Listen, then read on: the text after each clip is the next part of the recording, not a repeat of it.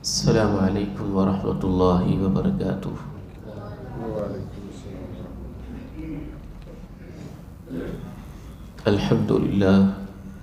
الحمد للہ نحمده ونستعینه ونستغفره ونعوذ باللہ من شرور انفسنا ومن سیئات اعمالنا، اشہد ان لا الہ الا اللہ وحدہ لا شریک له، واشہد ان محمدا عبدہ ورسولہ صلی اللہ علیہ وعلا آلہ وصحبہ وسلم، اما بعد فاعوذ باللہ السمیع العلیم من الشیطان الرجیم من ہمزہ ونفخہ ونفثہ، بسم اللہ الرحمن الرحیم۔ انما المؤمنون اخوة فاصلحوا بین اخویکم واتقوا اللہ لعلکم ترحمون۔ وقال عز من قائل سبحانه وتعالى ولا تنازعوا فتفشلوا وتذهب ريحكم۔ وقال عز من قائل سبحانه وتعالى واتقوا الله الذي تساءلون به والأرحام إن الله كان عليكم رقيبا۔ وقال سبحانه وتعالى يا أيها الذين آمنوا اتقوا الله حق تقاته ولا تموتن إلا وأنتم مسلمون۔ 7 روزہ اصلاحی خاندان کورس محض اللہ تعالیٰ کی توفیق، اس کے فضل، اس کے کرم اور اس کی مہربانی سے اختتامی لمحات کو پہنچ رہا ہے، اور آج کا ہمارا موضوع بھی ایک اہم ترین موضوع ہے کہ عظیم خاندان جس کی بنیاد محبت پہ ہونی چاہیے، الفت پہ ہونی چاہیے، چاہت پہ ہونی چاہیے، اپنائیت پہ ہونی چاہیے، ایک دوسرے کے لیے وسعت ظرفی پہ ہونی چاہیے، ایثار پہ ہونی چاہیے، ہمدردی پہ ہونی چاہیے، ایمان اور اخوت پہ ہونی چاہیے، بسا اوقات اس کے اندر مختلف جگہوں پہ دراڑیں پڑ جاتی ہیں، اختلافات پیدا ہو جاتے ہیں، ہلکی پھلکی نوک جھونک، پھر بحث و تکرار، مقدمے کیسز، لڑائی جھگڑے، قتل و غارت، اور بعض دفعہ دنگا فساد تک نوبت پہنچ جاتی ہے۔ دکھ ہوتا ہے دیکھ کر کہ جس عہد کے اندر ہم زندگی گزار رہے ہیں، یہاں تو یوں لگتا ہے کہ ہمارے خون کے اندر سرخ ذرے شاید ویسے ہی ختم ہو چکے ہیں، سفیدی کا غلبہ ہو چکا ہے، خون ٹھنڈے ہو چکے ہیں، محبتیں ناپید ہیں، نفرتیں عروج پر ہیں، دل کا اخلاص اور طہارت، آنکھ اسے ترس جاتی ہے کہ کہیں اس کی کوئی جھلکی نظر آئے، لیکن ڈھونڈے سے بھی نہیں ملتا ہے۔ حالانکہ ہمارا تعلق اس دین کے ساتھ ہے جس دین کی بنیاد ہی اخوت پر ہے۔ جو رشتے خون کے رشتے تھے وہ تو جڑے ہی ہوئے تھے، جن میں خون کے رشتے نہیں بھی تھے اللہ نے ان سے بھی کہا کہ تم خون کے رشتوں کی طرح جڑ کے رہو۔ انما المؤمنون اخوہ فاصلحوا بین اخویکم واتقوا اللہ لعلکم ترحمون۔ اہل ایمان تو آپس میں حقیقی بھائیوں کی طرح ہوتے ہیں، کہیں کوئی مسئلہ ہو جائے تو تم ان کی صلح کرا دیا کرو، اللہ سے ڈر کے رہا کرو تاکہ تم پہ رحمتیں ہوں۔ تو ان خاندانی جھگڑوں میں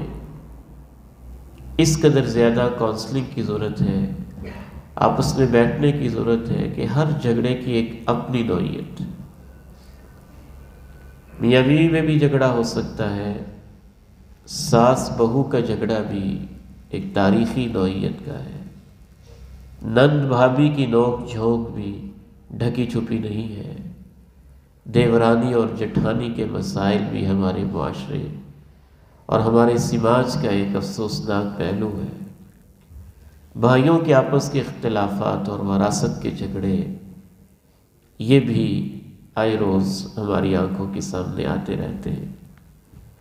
اور بعض دفعہ داماد کچھ ایسے جن کی اپنی ایک عجیب و غریب طبیعت اور پورے خاندان کے اندر عجب قسم کی مداخلتیں اور انٹرفیرنس، اور اس وجہ سے کھڑے ہونے والے مسائل، وہ ایک علیحدہ داستان۔ اور تو اور بعض دفعہ جو سمدھی ہوتے ہیں، جس کو ہم پنجابی میں کوڑم کہتے ہیں، ان کی آپس میں نہیں بنتی، یا سمدن جو ہوتی ہے ان کی آپس میں نہیں بنتی، اور اس وجہ سے اچھا خاصا ہنستا بستا گھر اجڑ جاتا۔ تو یہ 7-8 قسم کے جھگڑے، بلکہ اب تو معاملہ یہاں تک پہنچ چکا ہے، باپ اور بیٹے کے جھگڑے، ماں اور بیٹی کے جھگڑے، عجیب نوعیت ہے جس سے ہم دوچار ہیں۔ ان میں سے ہر جھگڑے کی ایک اپنی نوعیت ہوتی ہے، اس کے اسباب، اس کی وجوہات، اس کے پیچھے کیا فیکٹرز ہیں، ان کو علیحدہ علیحدہ ڈسکس کرنے کی ضرورت ہے۔ چونکہ آج ہمارا انعامات کا بھی کچھ سلسلہ ہے، اور بعض احباب نے دعا کی بھی درخواست کی ہوئی ہے، میری اپنی بھی کچھ طبیعت علیل ہے، میں بھی آپ سے دعا کا متمنی کہ اللہ تعالی ہمارا یہ بیٹھنا بھی قبول فرمائے، اور ہمیں دین کے لیے مزید مل بیٹھنے کی توفیق بھی عنایت فرمائے، اور اللہ ہمیں اپنی جنتوں میں ایسے اکٹھا بھی فرمائے۔ شاید سارے ہم مسائل ڈسکس نہ کر سکیں، لیکن کچھ اشارہ انشاءاللہ کرتے کرتے جو اصل مسائل ہیں ان کی طرف ہم آگے بڑھیں گے۔ ساس بہو کا جھگڑا تو بعض دفعہ یوں محسوس ہوتا ہے کہ عالمی جنگیں تو شاید مٹ جاتی ہیں، لیکن یہ ختم ہونے کا بعض دفعہ نام نہیں لیتا ہے، اور ایک عجیب کیفیت سے دوچار ہوتا ہے پورے کا پورا گھرانہ۔ بعض بہویں بڑی نیک، صالح، اچھی، مثالی ہوتی ہیں،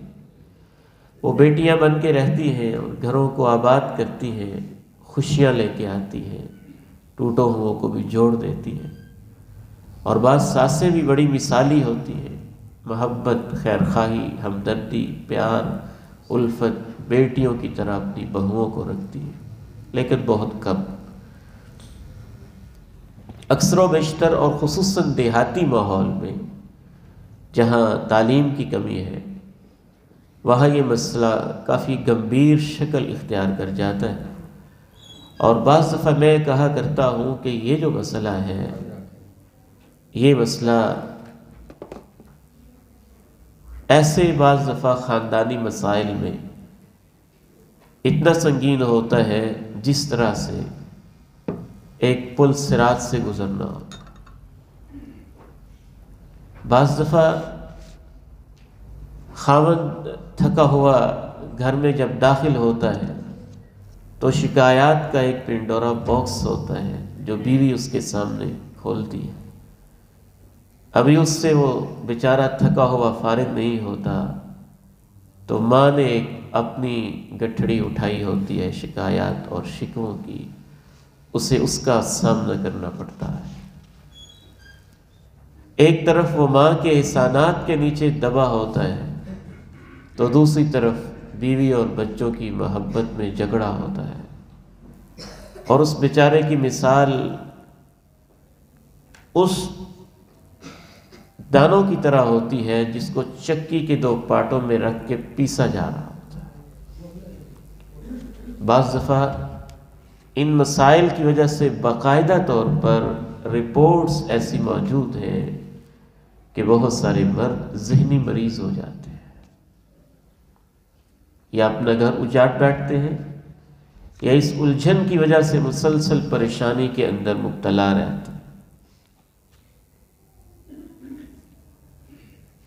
اسی طرح سے جو نند بھابھی کا اور نند اور بھاوج کا رشتہ ہے، اس کی اپنی نزاکتیں ہوتی ہیں۔ ابھی شادی کو 1 2 4 دن ہوئے ہوتے ہیں کہ بہنوں کے شکوے سامنے آ جاتے ہیں، بھائی آپ بدلے بدلے لگ رہے ہو، پہلے جیسے نہیں رہے ہو، پہلے کی طرح ٹائم نہیں دیتے ہو، پہلے کی طرح ہمارے ساتھ بیٹھتے نہیں ہو، ہنستے نہیں ہو، اب تو سارا وقت بس بھابھی کے لیے ہی ہوتا ہے، ہمارے پاس تو آپ بیٹھتے نہیں۔ اور بعض بہنیں تو خیر بہت اچھی ہوتی ہیں، بہت پیار کرنے والی ہوتی ہیں، اور اپنے بھائی اور بھابھی کو اکٹھا بیٹھ کے خوش ہوتی، لیکن بعض ایسی جلی ہوئی اور اس انداز کی تنگ ظرف ہوتی ہے کہ ان کو میاں بیوی کی مسکراہٹ بھی برداشت نہیں ہوتی، گوارا نہیں ہوتی، اور بعض تو ایسی بد تہذیب بھی ہوتی ہیں کہ بعض دفعہ میاں بیوی کو تنہائی اور خلوت کے لمحوں میں بیٹھنے کا موقع بھی نہیں دیتے۔ یہ ایک علیحدہ مسئلہ ہوتا ہے۔ میں سمجھتا ہوں کہ ان کے پیچھے جو بنیادی سبب اور بنیادی وجہ ہے، خاندانی حوالے سے اور ہمارے جو بر صغیر کا پس منظر، بچپن سے جن گھرانوں میں تربیت غلط ہوئی ہوتی ہے اور جن گھرانوں میں شروع سے اس طرح کی لڑائیاں رہی ہوتی ہیں، ان میں یہ مسائل زیادہ ہوتے ہیں۔ جب بچی کو بچپن ہی سے ہم یوں کہتے ہیں کہ تجھے پتہ چل جائے گا تو سسرال میں جا کے کیسے گزارا کرے گی، اور رخصتی والے دن ہی اس کو پٹیاں پڑھائی جاتی ہیں کہ یہ جو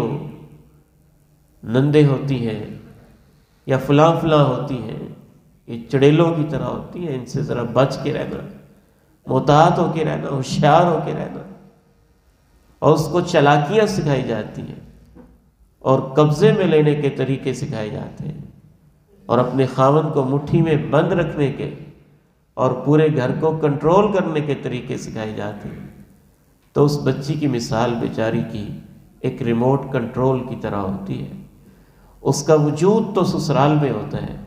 اور اس کا کنٹرول پیچھے میکے کے پاس ہوتا ہے، باپ کے ہاتھ میں ہوتا ہے، ماں کے ہاتھ میں ہوتا ہے،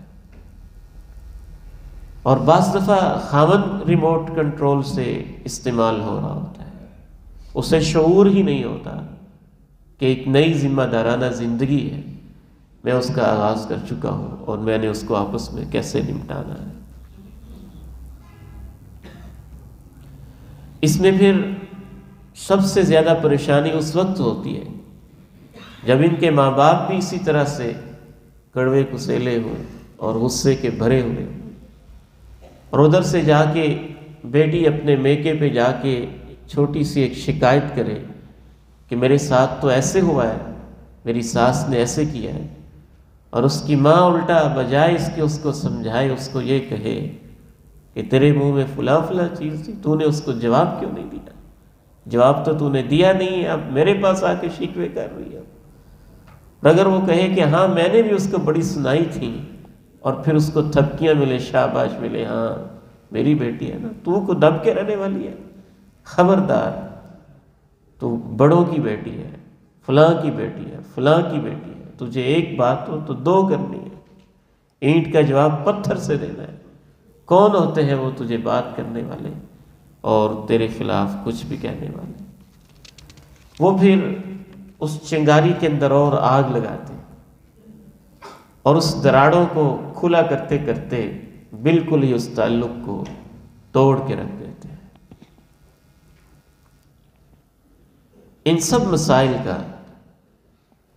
بہت آسان حل ہے اور بہت سادہ سا حل ہے۔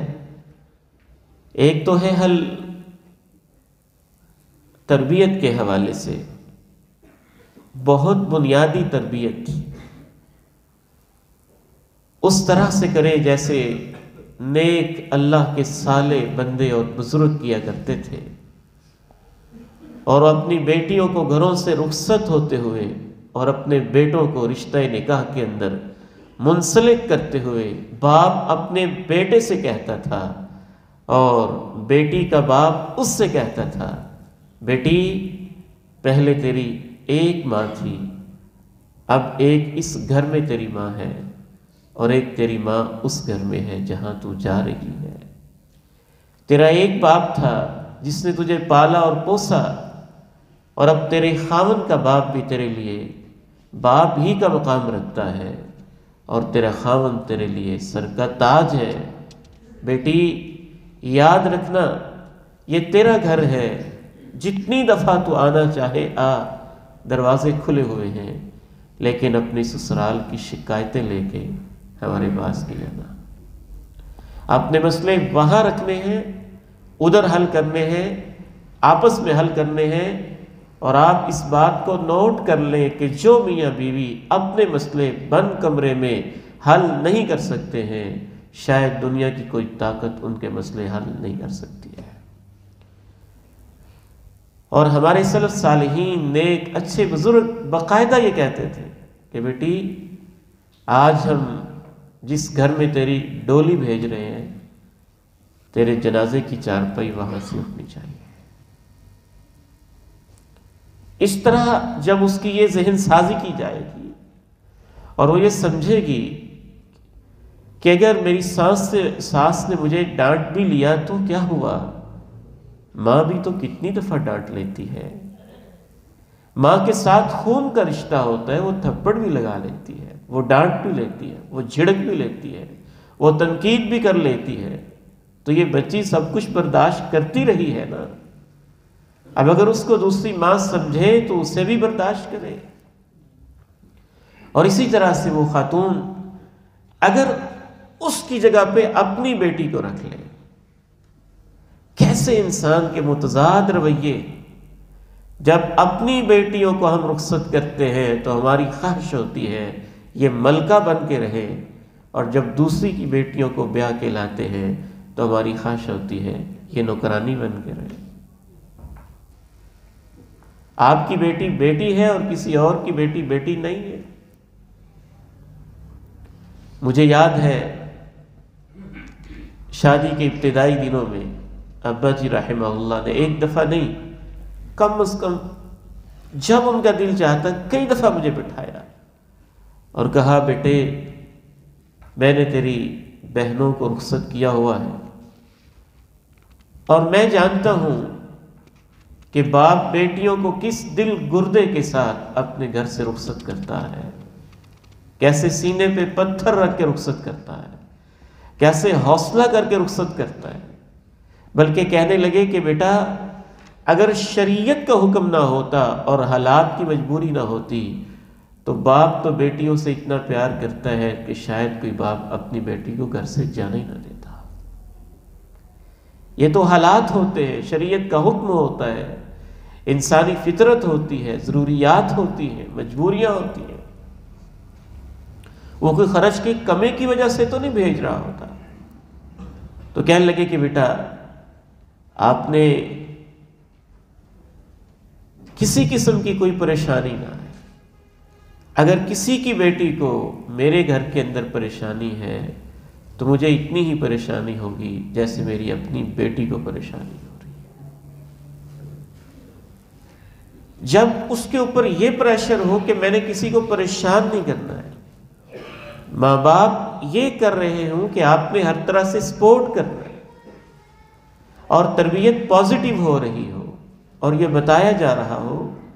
کہ ان رشتوں کو بھی محبت میں بدلا جا سکتا ہے، ان دلوں کو بھی جیتا جا سکتا ہے، خدمت کے ذریعے سے، سروسز کے ذریعے سے، محبت کے ذریعے سے، مسکراہٹ کے ذریعے سے، یہ رشتے بھی پیار کے رشتوں میں تبدیل ہو سکتے ہیں۔ تو کوئی وجہ نہیں ہے کہ ان رشتوں کے اندر حسن نہ آئے، ان رشتوں کے اندر محبت نہ آئے۔ اور دوسرا سب سے اہم ترین چیز وہ خاوند کا کردار ہوتا ہے۔ اسے یہ سمجھنا ہوگا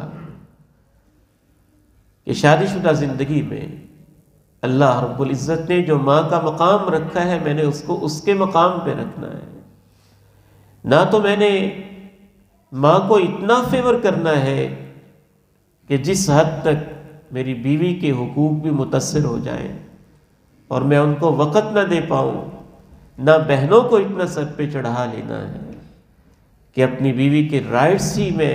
ہضم کرتا چلا جاؤں، اور نہ ہی بیوی کا اتنا گرویدہ ہو جانا ہے کہ ماں کے رشتے کو اور بہنوں کی لوریوں کو میں بھول ہی جاؤں۔ توازن، بیلنس، ہر ایک کو اس کے مقام پہ رکھنا، جب تک یہ تربیت نہیں ہوگی تو ان مسائل کے اندر انسان الجھا ہی رہے گا۔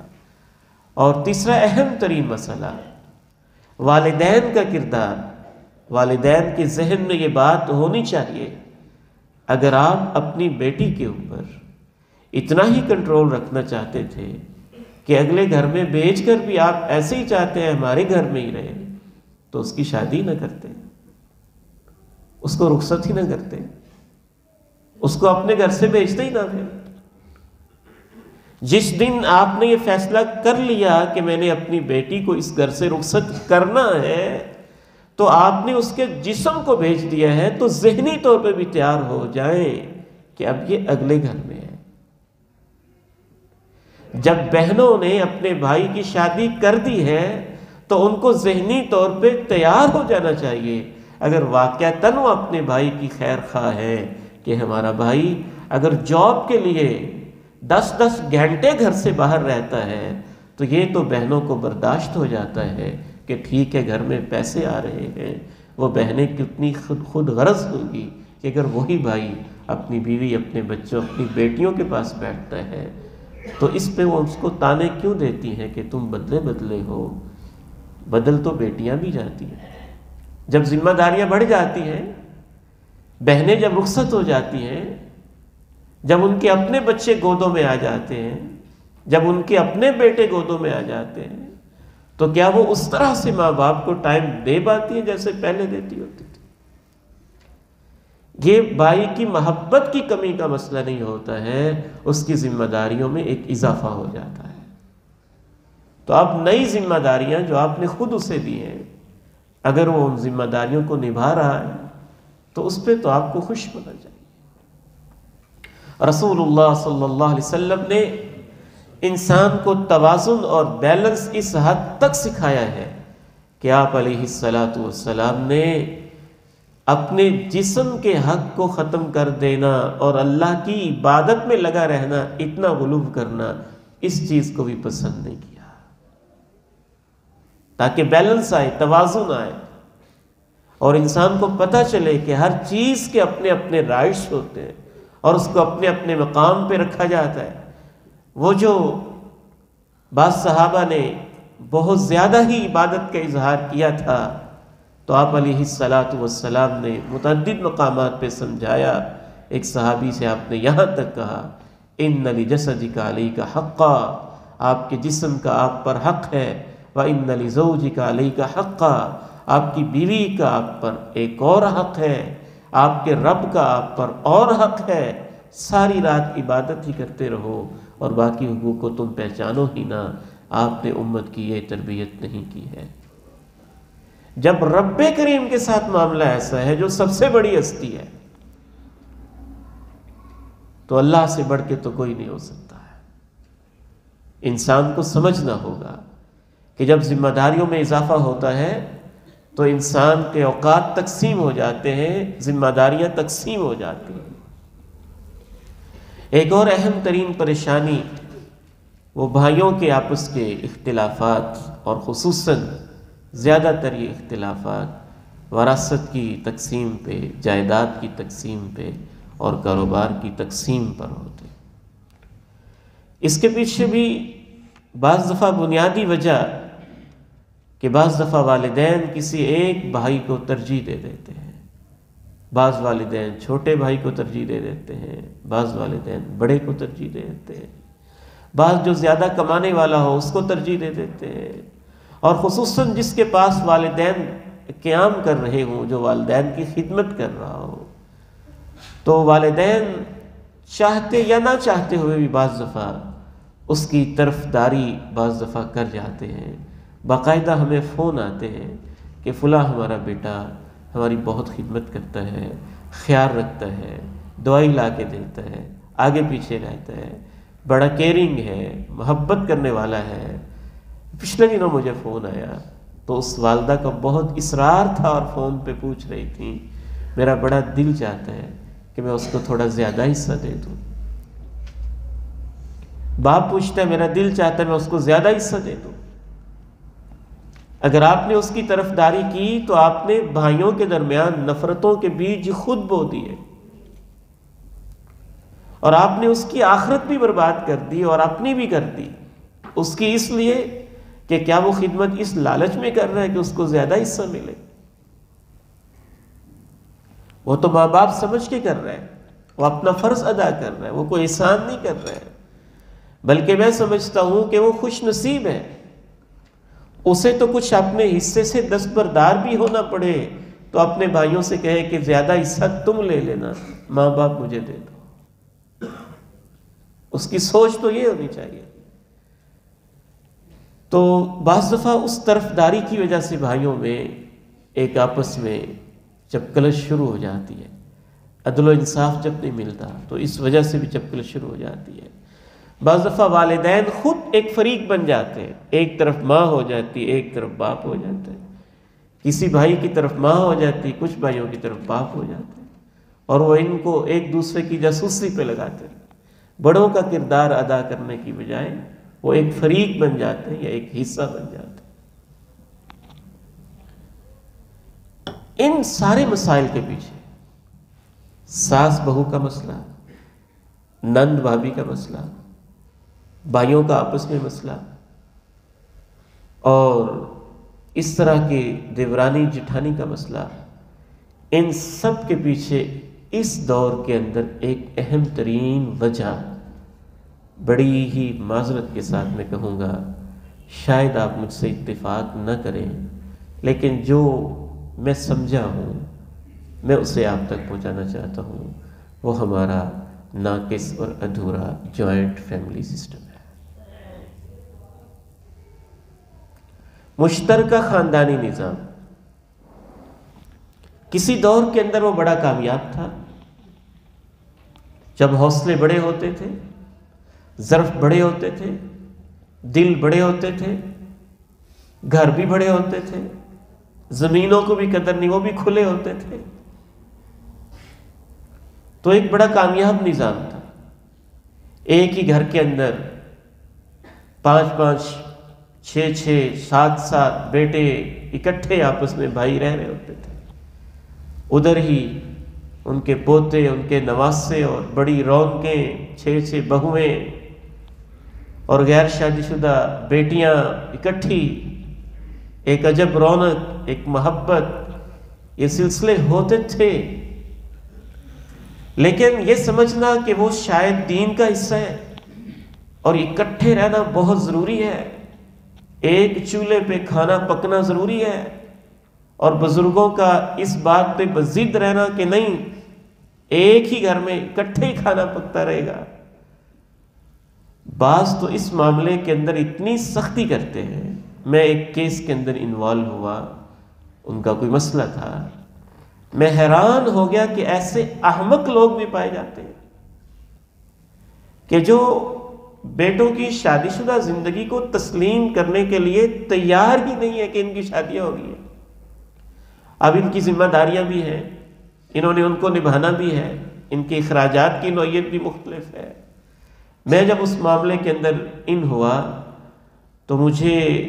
بچی نے بتایا انڈائریکٹ کہ میرے جو سسر ہیں وہ سارے بھائیوں کے اوپر اس طرح کا کنٹرول رکھنا چاہتے ہیں کہ اخراجات تو ایک ہاتھ میں ہیں ہی،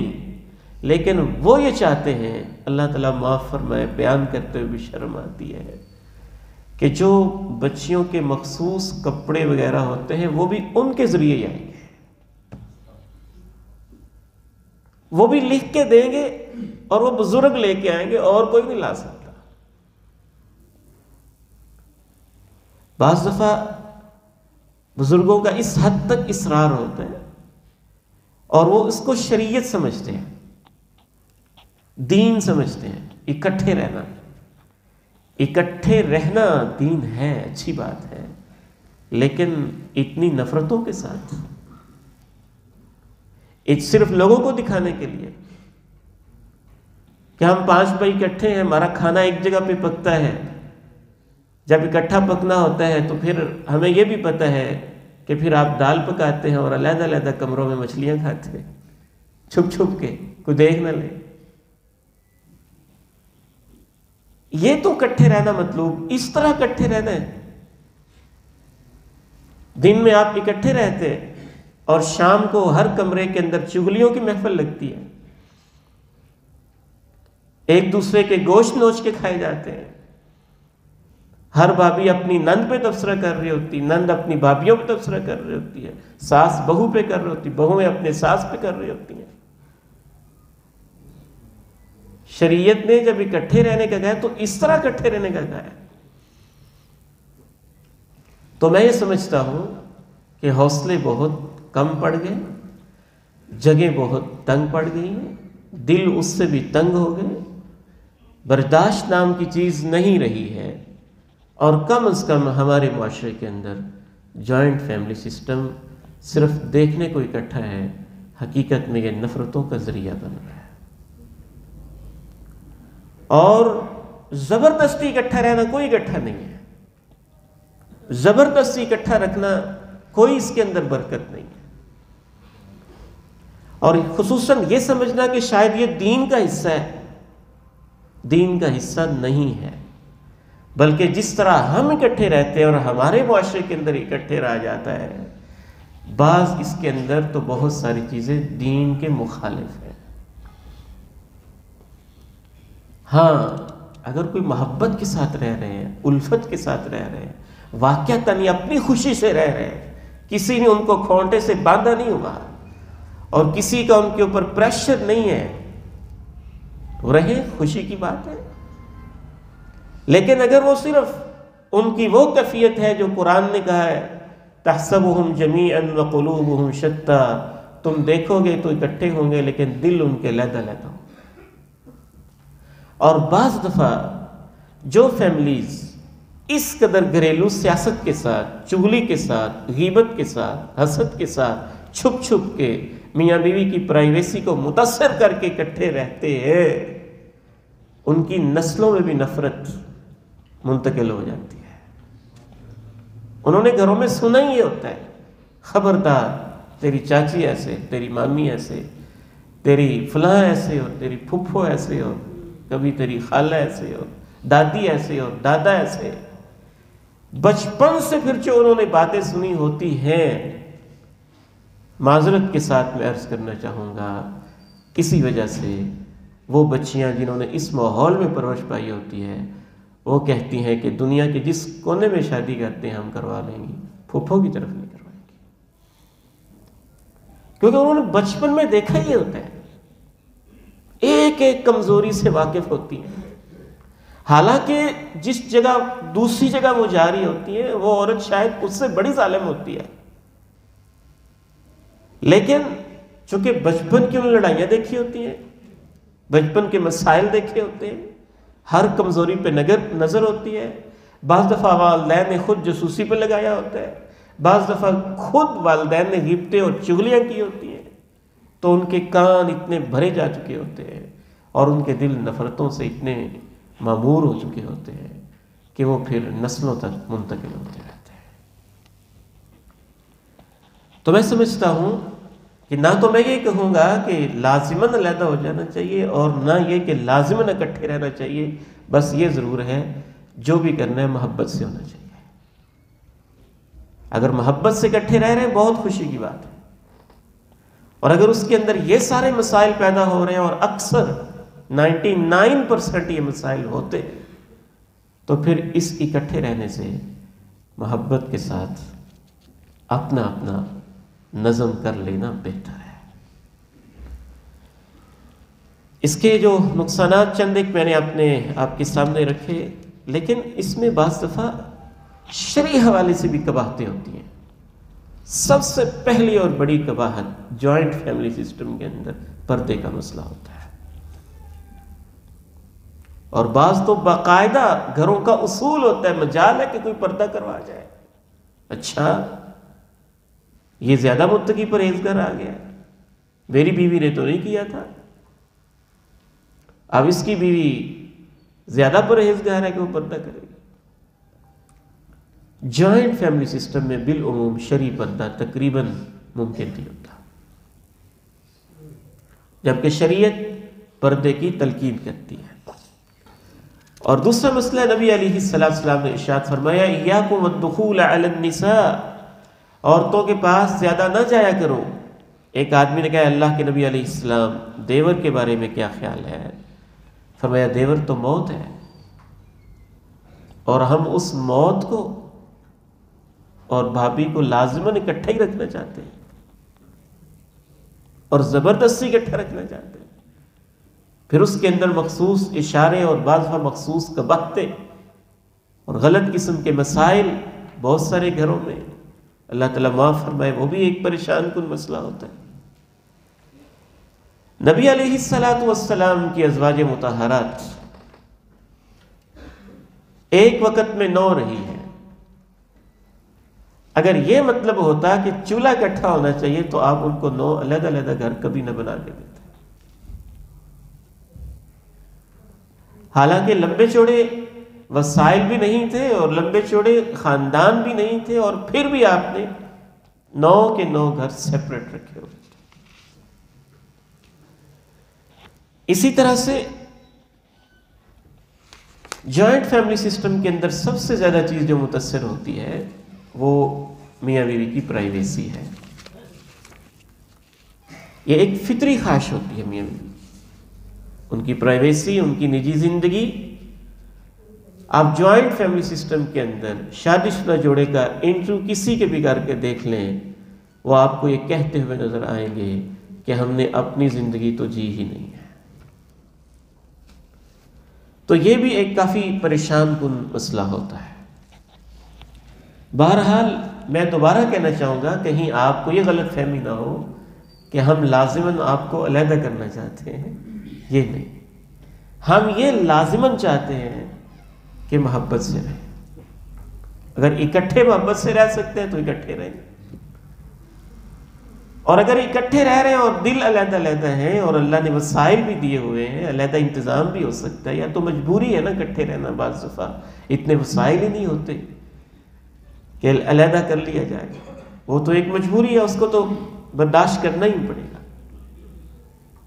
لیکن اگر اللہ نے وسائل بھی دیے ہیں اور بندہ یہ سمجھے کہ نہیں ان کو زبردستی ایک رسے سے باندھ کے رکھنا ہے اور ایک چولہے کے اوپر ہی سب کا کھانا پکنا چاہیے، چاہے کسی کی پسند اور ہے، کسی کی پسند اور ہے، کسی کی پسند اور ہے، اور ان کی پرائیویسی بھی متاثر ہو رہی ہے، تو یہ کوئی حکمت نہیں ہے، یہ کوئی دانش مندی نہیں ہے. اور یہ سمجھنا کہ شاید علیحدہ ہو جانا اس سے دل علیحدہ ہو جاتے ہیں، دلوں میں محبت ہو تو انسان 100 میل کے فاصلے پر بھی محبت کو آباد رکھ سکتا ہے اور رابطہ رکھ سکتا ہے.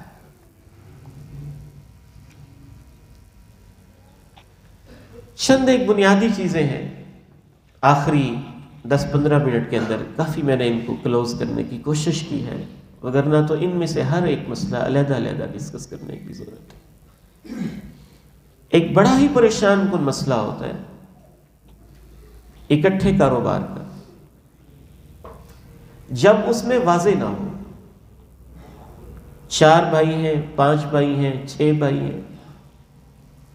اکٹھا ہی کاروبار ہے، کسی کو کچھ کلیئر ہی نہیں ہے، میں کیا کما رہا ہوں، کہاں پہ لگا رہا ہوں. جو پرلے درجے کا نکھٹو ہے وہ بھی برابر کا حصے دار ہے، اور جو 24 گھنٹے دن رات ایک کر رہے ہیں وہ بھی وہیں کھڑا ہوا ہے. شہری لوگوں نے اس کا بڑا اچھا حل نکالا ہوا ہے. اعظم مارکیٹ کے جتنے بھی کپڑے کے بڑے بڑے تاجر لوگ ہیں، بڑے بڑے انہوں نے کاروبار کیے ہوئے، لیکن ہر بات پہلے دن سے واضح، پہلے ہی دن سے واضح. اس کا اتنا، اس کا یہ ہے، اس کا یہ ہے، اس کا یہ ہے، اس کا یہ ہے، اس کا یہ ہے، جو ہمارے ساتھ کام کر رہے ہیں اس کی تنخواہ ہے۔ یعنی باپ کے ساتھ اگر بیٹا بھی کام کر رہے ہیں نا، تو لاہور کے سمجھدار کاروباری شیخوں نے اپنے بیٹے کے بھی کی ہوتی کہ بیٹا چونکہ تو میرے ساتھ کام کرتا ہے، یہ اتنی تیری مہینے کی تنخواہ ہے، اس دکان میں سے وہ میں آپ کو علیحدہ دوں گا۔ تو معاملات کو کلیئر ہونا ضروری ہے، ان میں کلیئرٹی ہونا ضروری ہے۔ ہر شخص کا جو جو حق ہے اس کے سامنے واضح ہو جانا ضروری ہے۔ وہ جیسے بھی آپ کر لیں، آپس میں مشورہ کر کے بیٹھ کے شروع ہی سے جب وہ واضح ہوگا تو اچھا رہے گا، بجائے اس کے کہ آپ کہہ رہے ہیں جی سارے اکٹھے ہی ہیں، اکٹھے ہی ہیں، اکٹھے ہی ہیں، اور 30 سال کے بعد جب بیٹے جوان ہو جائیں اور ان کے پوتے ہو جائیں تو پھر سر پھٹول کر کے علیحدہ ہو جائیں۔ اس سے بہتر ہے شروع سے معاملات کلیئر ہو، واضح ہو، جو کام کر رہے ہیں باقاعدہ اس کی کوئی پے وغیرہ یا جو بھی آپ آپس میں طے کر لیں اچھی معقول ہو، تاکہ وہ دل لگا کے کام کرے، اور اپنی پے میں سے اگر وہ اپنا علیحدہ کچھ کرنا چاہتا ہے، علیحدہ پراپرٹی بنانا چاہتا ہے تو وہ بھی اس کو اجازت ہو، اس کی محنت ہے۔ اس سے ہر بھائی محنت بھی زیادہ کرے گا، آگے بڑھ کے کام بھی کرے گا، معاملات کلیئر بھی رہیں گے۔ چونکہ جب کاروبار اکٹھا ہوتا ہے تو پھر وہ سارے پارٹنرز بن جاتے ہیں، اور جب وہ سارے اکٹھے پارٹنرز ہو جاتے ہیں اور معاملات کلیئر نہیں ہوتے تو یا تو سب سے بڑا بھائی بیچارہ سب سے مظلوم رہ جاتا ہے، 30-40 سال اس نے محنت کی اور اس کے پلے کچھ بھی نہیں پڑتا، یا پھر وہ سب کچھ لے جاتا ہے۔ دونوں میں سے کوئی ایک نتیجہ ہو جاتا ہے، چونکہ معاملات شروع سے کلیئر نہیں ہوتے۔ رسول اللہ صلی اللہ علیہ وسلم ارشاد فرماتے ہیں کہ یہ جو خرید و فروخت کے معاملات کرنے والے لوگ ہیں آپس میں، ان صدقہ و بینا، اگر کھرے کھرے سچے ہوتے ہیں،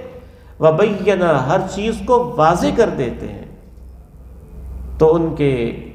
بزنس میں اللہ برکتیں ڈال دیتا ہے۔ وَإِن كَتَمَا، اگر باتوں کو چھپا چھپا کے رکھتے ہیں، گول مول ہی رکھتے ہیں، پتہ ہی نہیں چلتا کیا ہے کیا نہیں ہے، وَكَذَبَ، یا پھر غلط بیانی کرتے ہیں، مُحِقَتْ بَرَكَتُ صَفْقَتِهِمَا، تو ان کی خرید و فروخت کی برکتیں اللہ اٹھا لیتا ہے۔ تو بہرحال یہ وہ ہے جو کچھ اہل علم یا کچھ کاروباری لوگوں سے مشاورت کے بعد جن نتائج پہ اللہ نے جو میرے ذہن میں ڈالے وہ میں نے آپ کے سامنے کھل کے شیئر کر دی ہیں۔ یہ کوئی ایسی بات نہیں ہے جس سے آپ اختلاف نہ کر سکتے، ممکن ہے آپ کے پاس اس سے بہتر کوئی تجویز ہو، تجویز جو بھی ہو، پر کلیئرٹی یہ ضروری ہوتی ہے اور وضاحت ضروری ہوتی ہے، تاکہ ہر صاحب حق کو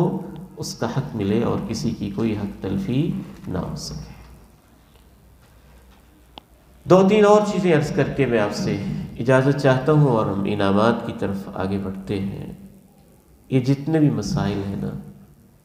ان کے پیچھے سب سے بنیادی وجہ صبر اور حوصلے کی کمی ہے۔ چاہے وہ خواتین کے مسائل ہوں، چاہے وہ مردوں کے مسائل ہوں، نند بھابھی کے مسائل ہوں، بھائیوں کے مسائل ہوں۔ اس لیے جہاں اللہ نے خاندان کا تذکرہ کیا نا، وہاں اللہ رب العزت نے 3 باتیں خصوصاً کہی ہیں، اور جہاں اختلاف کا تذکرہ کیا ہے وہاں اللہ نے 2 باتیں خصوصاً کہی ہیں۔ ان اگر 3 اور 5 ہدایات پہ عمل ہو جائے تو کچھ مسئلے ہمارے یہیں پہ حل ہو جائیں گے۔ قرآن مجید سے سنیے ذرا، قرآن مجید کس خوبصورتی کے ساتھ ہمیں توجہ دلاتا ہے۔ اس آیت کو آپ بہت توجہ کے ساتھ سنیں۔ وَإِن تَعْفُوا وَتَصْفَحُوا وَتَغْفِرُوا فَإِنَّ اللَّهَ غَفُورٌ رَحِيمٌ۔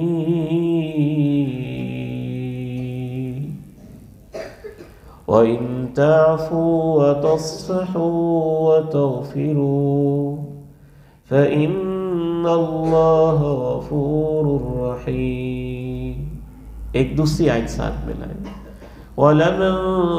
صَبَرَ وَغَفَرَ إِنَّ ذَلِكَ لَمِنْ عَزْمِ الْأُمُورِ۔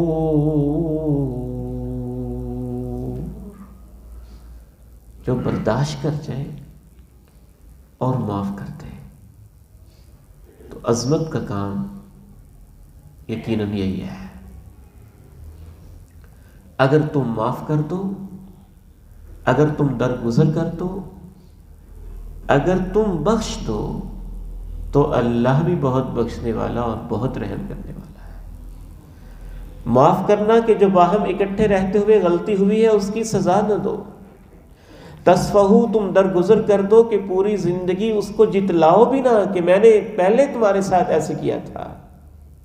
وَتَغْفِرُوا، اور اس پہ پردہ ہی ڈال دو، دنیا کے کسی شخص کے سامنے بھی اس کا تذکرہ نہ ہو،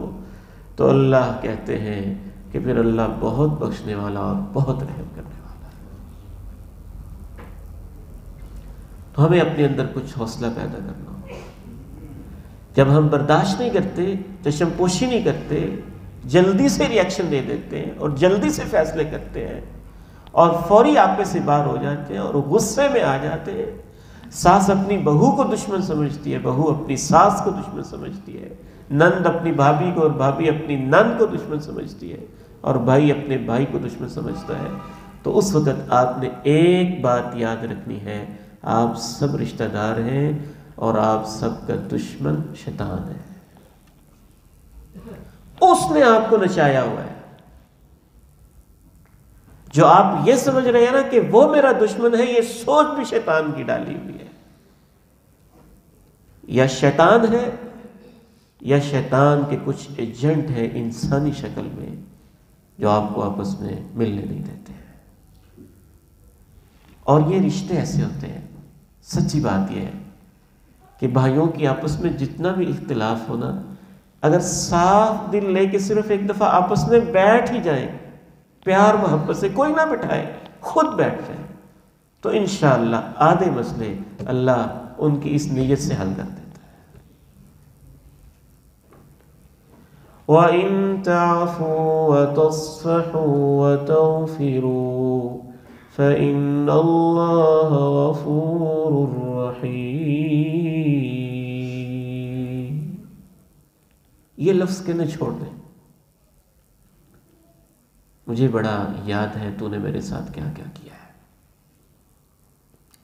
فلاں موقع پہ یہ زیادتی، فلاں پہ یہ زیادتی، فلاں پہ یہ زیادتی، فلاں پہ یہ زیادتی۔ یہ ظلم، یہ زیادتیاں یاد رکھنے کے لیے نہیں ہیں،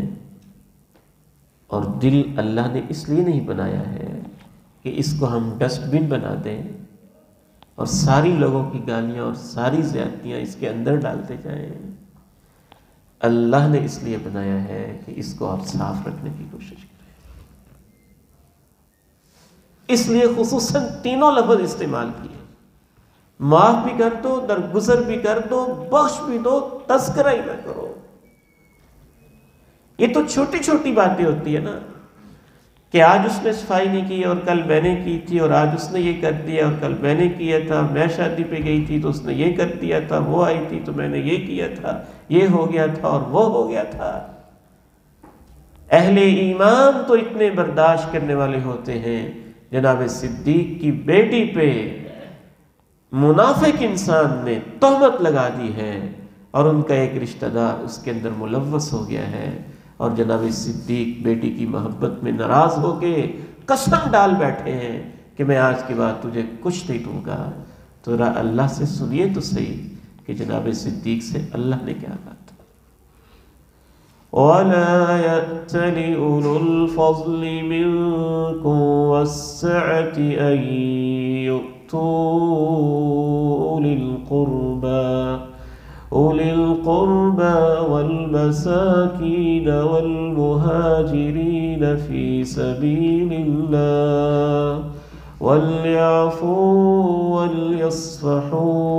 أَلَا تُحِبُّونَ أَنْ يَغْفِرَ اللَّهُ اللہ نے تم پہ فضل کیا ہے ابو بکر، زیادہ اللہ نے تمہیں دیا ہے۔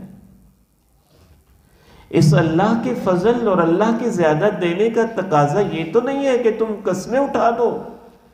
کہ ہم اپنے رشتہ داروں کو، مہاجروں کو، مسکینوں کو دیں گے نہیں، معاف کر دو اور درگزر کر دو۔ کیا تم نہیں چاہتے ہو کہ اللہ تمہیں معاف کر دے؟ میں یہ الفاظ سنتا ہوں نا تو بعض رونگٹے کھڑے ہو جاتے ہیں۔ کس انداز سے اللہ کہہ رہے ہیں وَلْيَعْفُوا وَلْيَصْفَحُوا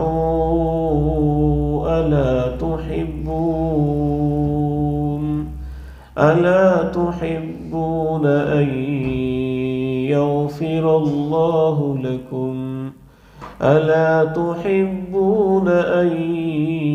يَغْفِرَ اللَّهُ لَكُمْ، معاف کر دیں، کیا تم نہیں چاہتے ہو کہ اللہ تمہیں معاف کر دے؟ اور دوسری بڑی وجہ اس کی ہے ہمارے اندر کا تکبر، ہمارے اندر کی میں۔ ساس بہو کا بھی یہی مسئلہ ہوتا ہے، ساس سمجھتی ہے کہ میرا حکم چلتا تھا، اب ایک اور بھی آ گئی۔ بہو سمجھتی ہے میرا حکم چلے، ساس کا کیوں چلے؟ نند اور بھابھیوں کا بھی بنیادی مسئلہ یہ تکبر ہی ہوتا ہے کہ وہ کون ہوتی ہے میرے اوپر فضیلت لے جانے والی اور وہ کون ہوتی ہے میرے اوپر حکم چلانے والی۔ اس انسان کو تکبر زیب نہیں دیتا ہے جو پانی کا حقیر قطرہ رحم مادر کے اندر پلتا ہے اور بدبودار جگہ سے اس کی پیدائش ہوتی ہے۔ قبر اس کا ٹھکانہ ہوتا ہے اور قبر کے کیڑے اس کے گوشت کو اپنی خوراک بناتے ہیں۔ اس انسان کو زیب نہیں دیتا کہ وہ اپنے آپ کو بڑا سمجھے، بڑا وہ ہے جو عرشوں کا مالک ہوتا ہے۔ تو یہ بڑائی ختم کر دے، ساری اللہ کو دے دے، ہے ہی اللہ کی۔ وَلَهُ الْكِبْرِيَاءُ فِي السَّمَاوَاتِ وَالْأَرْضِ، زمین و آسمان میں بڑائی اس کی، بڑا وہ ہے جو الحی القیوم ہے، ہمیشہ سے اور ہمیشہ رہنے والا ہے۔ یہ قبر کی خوراک بننے والا اس کو تکبر زیب نہیں دیتا ہے۔ اور تیسری وجہ حسد ہے، آپس میں حسد، کسی کو اللہ نے مقام دیا تو اس پر حسد، یہ بھی انسان کو زیب نہیں دیتا ہے۔ اور سب سے آخری اور اہم ترین وجہ دنیا پرستی ہے۔ جب ساری نظر عورتوں کی صرف کپڑوں پر ہو، صرف فیشن پر ہو، صرف میک اپ پر ہو، صرف راجدھانی پہ ہو، صرف راج کرنے پہ ہو، صرف دنیا پہ ہو، اللہ کو، آخرت کو، قبر کو، موت کو، حساب کو، کتاب کو، میدان محشر کو، ہولناکیوں کو، جہنم کو، جنت کو، پل صراط کو بھول ہی جائیں، مسلمان بیٹیوں کو یہ زیب نہیں دیتا ہے۔ آخرت تو آخرت ہے، بعض دفعہ جو ہم کانٹے بوتے ہیں نا وہ دنیا میں ہی ہمارے سامنے آ جاتے ہیں، خود ہمیں ان کے اوپر چلنا پڑتا ہے۔ اس حوالے سے تھوڑی دیر کے لیے بس یاد کر لیا کریں کہ ایک دن تو ہم سب نے برابر ہی ہو جانا ہے، ادھر اس کی میت پڑی ہے، ادھر آپ کی پڑی ہے، اور اب تو ویسے ہی انسان بڑی جلدی سے رخصت ہو جاتے ہیں۔ میں تو کئی دفعہ کہتا ہوں کہ زندگی تو اتنی مختصر ہے کہ محبت کے لیے وقت کافی نہیں ہے، تو ہماری اتنی نفرتیں اور اتنے اندر کے گند اور اتنے دل کے کوڑ اور اتنے ابلتے ہوئے لالے جو ہمارے اندر ابل رہے ہیں، اتنا لڑائیوں کا وقت اور چگلیوں کا اور غیبتوں کا وقت ہم کہاں سے نکال لیتے ہیں؟ ظاہر اپنی ہی نیکیاں ہم برباد کرتے ہیں نا۔ وہ ہمارے ایک بزرگ تھے، ان کو کسی نے کہا وہ جی آپ کو گالیاں دیتا تھا، تو اس نے کہا میں نہیں لیتا، اس سے کہنا میں نہیں لیتا۔ اور بعض سلف صالحین کہتے تھے کہ جو میری غیبت کرتا ہے نا، میں اس کا شکریہ ادا کرتا ہوں کہ اس نے اپنی نیکیاں اور اپنی محنتیں مجھے دے دی ہیں۔